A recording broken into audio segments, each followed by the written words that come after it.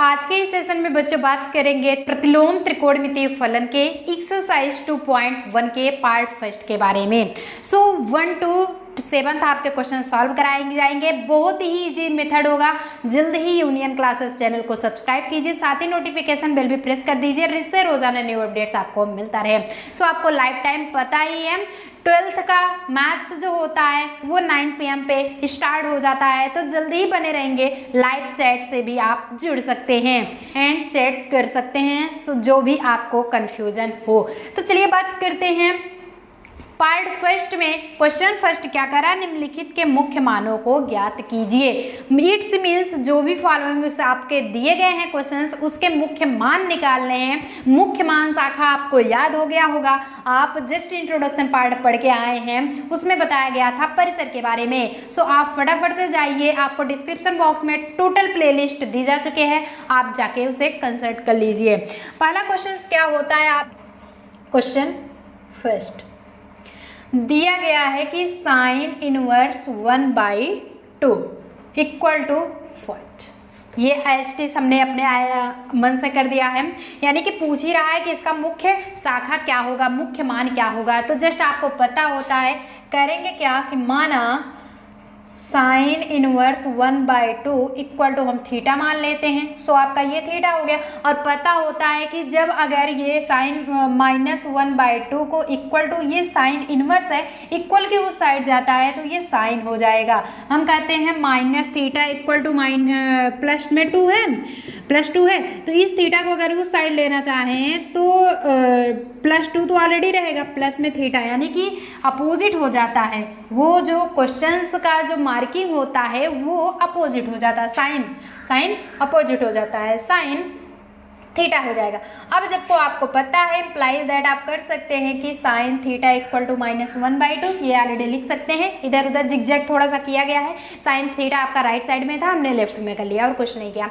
Sign theta equal to 1/2, जबकि आपको 1/2 जो होता है π/6 की वैल्यू है, π/6 की वैल्यू है। इट्स मीन्स पाई की value 180 degree, 6 36 18 30 degree.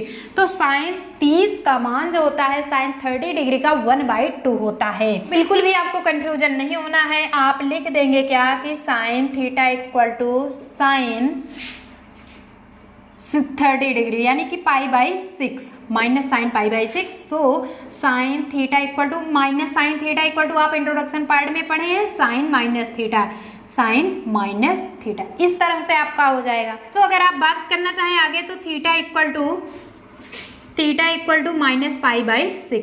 Equal to तो आपका -π/6 आ गया। अभी तो जस्ट हम थीटा की वैल्यू निकाले। अब इसके परिसर पे अगर बात किया जाए तो साइन इनवर्स करके थीटा किससे रिलेटेड होता था, थीटा रिलेटेड टू, थीटा को हम कह सकते हैं π/2 से रिलेट होता था, -π/2 कामा माइनस, यानी कि π/2, वो भी बड़े ब्रैकेट से। तो थीटा बिलोंग्स टू -π/2 कामा π/2, जो कि परिसर है। अब नाउ कर सकते हैं जो क्वेश्चन दिया गया था कि साइन इनवर्स -1/2, यही तो दिया गया है, sine inverse -1/2 equal to theta की वैल्यू -π/6। ये आपका हो गया आंसर। ना फर्स्ट में आया हो समझ में, चलिए दूसरा देखते हैं कैसे नहीं समझ में आएगा। एक देखेंगे, दो देखेंगे, आपको क्वेश्चन अपने आप समझ में आने लगेंगे। दूसरा क्वेश्चन दिया गया है बच्चों, cos inverse √3/2। Cos inverse √3/2 same करते हैं हम। माना आप करेंगे क्या कि cos inverse √3/2 equal to theta मान लेते हैं आप, तो ये हो जाता है कि √3/2 इक्वल टू कॉस थीटा। हम लिख सकते हैं कि कॉस थीटा इक्वल टू √3/2, जबकि आपको पता होता है साइन 30 की वैल्यू एंड कॉस 60 की वैल्यू 1 होती है। तो ये क्या होगा, π/3 की वैल्यू, ये क्या होगा π/6 की वैल्यू। क्यों, क्योंकि 36 18 यानी 30 डिग्री, तो cos 30 की डिग्री आपका √3/2 होता है। तो आप लिख सकते हैं कि cos theta equal to cos π/6, यानी कि थीटा इक्वल टू π/6 हो जाएगा। यहाँ तक आपका मैटर कंफर्म हो गया। जबको आपको पता होता है थीटा इक्वल टू जिस तरह से साइन में आप निकाले हैं उसी तरह से ये भी निकालेंगे। तो थीटा जो होता है रिलेटेड किसके होता है, थीटा रिलेटेड टू 0, π से, 0 कामा पाई से रिलेटेड होता है, इसलिए आप कर सकते हैं कि cos inverse √3/2 equal to theta की वैल्यू π/6। क्यों? क्योंकि आप इतना मान चुके हैं, माना इतना तो इतना आप लिख दिए, थीटा की वैल्यू में π/6 कन्फर्म हो चुकी है। यहीं पे आपका आंसर कन्फर्म हो गया। चलिए अब अगर बात करना चाहे, दूसरा हो गया, यहीं पे अगर तीसरा की बात करना चाहे, क्वेश्चन हमारा थर्ड क्या होता है, दिया गया है कि cosec इनवर्स 2 माना cosec inverse 2 equal to theta. बहुत ही इजी है, सारा पोजीशंस वही करना है सब कुछ में। cosec inverse 2 equal to theta मान लेते हैं। सो ये हो जाता है 2 equal to cosec theta. It's means आप लिख सकते हैं कि cosec theta equal to 2। cosec theta को अगर 1/cosec थीटा कर दें, क्यों? क्योंकि आपका पता होता है कि sin theta equal to 1/cosec theta होता है, तो ये भी 2 का 1/2 हो जाता है। 1/cosec थीटा हमें पता है कि sin थीटा होता है, सो sin थीटा इक्वल टू 1/2। और नाउ हमें पता है 1/2 किसकी वैल्यू होती है, π/6, यानी कि 30 की वैल्यू होती है। सो थीटा इक्वल टू आपका निकल के आ गया ना, sin π/6 यहाँ पर लिखेंगे, sin π/6। अब यहाँ थीटा की वैल्यू π/6 आ गया, जबकि थीटा किससे रिलेटेड होता है साइन के पक्ष में, -π/2 कामा π/2 से रिलेटेड होता है।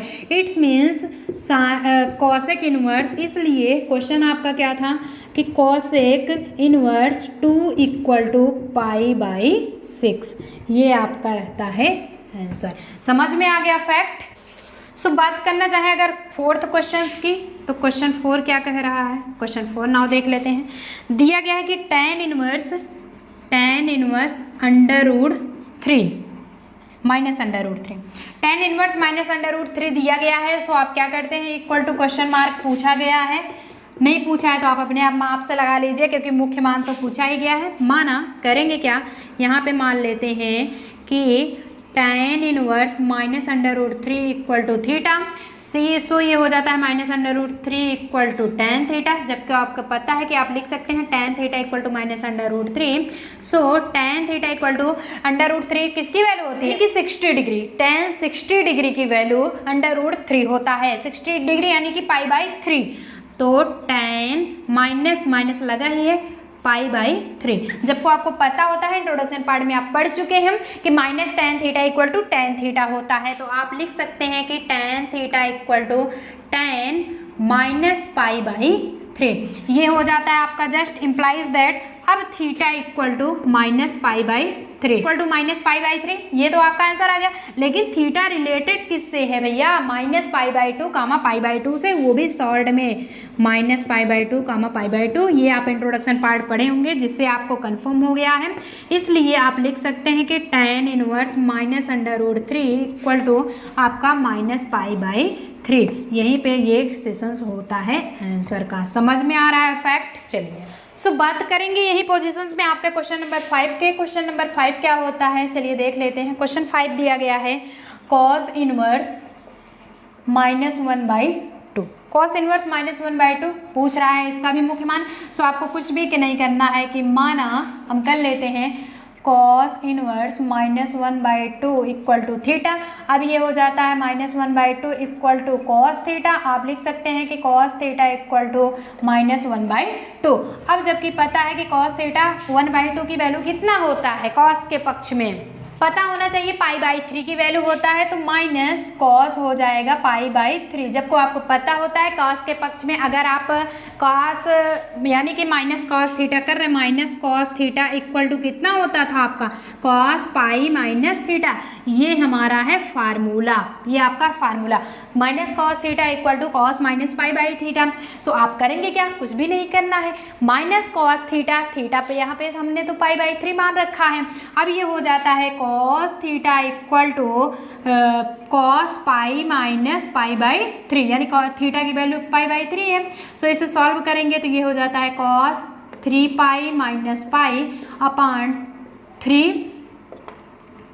-π/3 है, तो cos 2π/3। ये ऑलरेडी cos थीटा चल ही रहा है इस साइड में। अब थीटा की वैल्यू आपका 2π/3 आता है, 2π/3 3, जबकि थीटा किससे कॉस के पक्ष में रिलेटेड होता है, थीटा बिलोंग्स टू 0, पाई से रिलेटेड होता है। ये हो गया आपका आंसर कितना आएगा, इसलिए cos inverse minus 1/2 equal to 2 पाई/3। यहीं पे आपका सेशंस होता है आंसर के पक्ष में।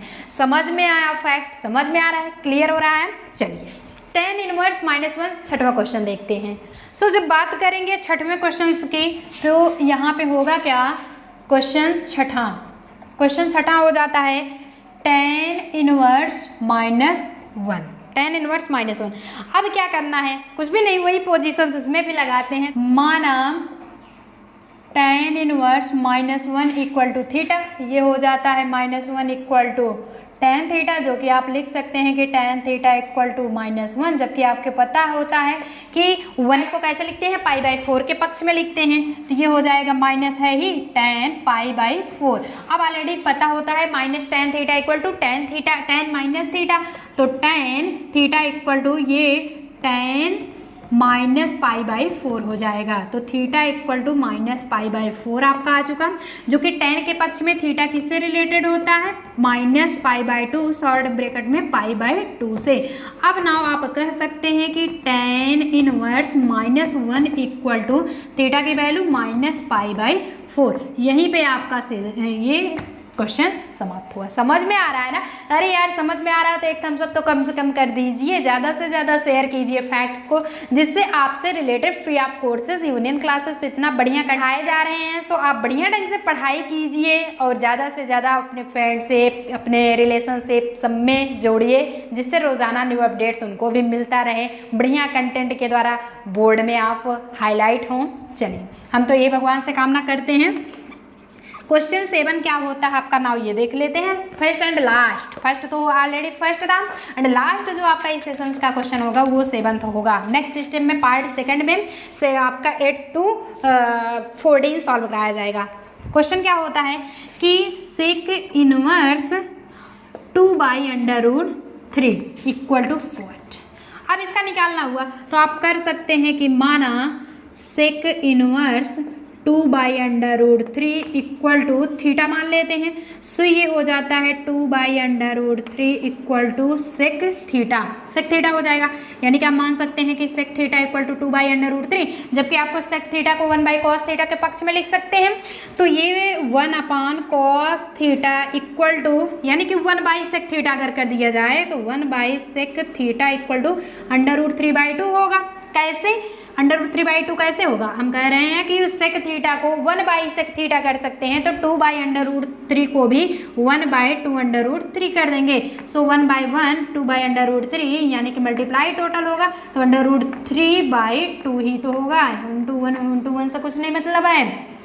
चलिए आपका आगे कंडीशन ये 1/sec थीटा क्या होता है, cos थीटा हो जाएगा। cos थीटा इक्वल टू √3/2, जबकि पता है √3/2 आपका वैल्यू कितना होता है, जबको आपको पता होना चाहिए कि पाई/6 की वैल्यू होगी। सो इम्प्लाइज दैट आप लिख सकते हैं कि cos थीटा इक्वल टू, यहाँ पे √3/2 cos पाई/6 की वैल्यू है, 6 की वैल्यू यानी कि 30 की वैल्यू, cos 30 की वैल्यू √3/2 होता है।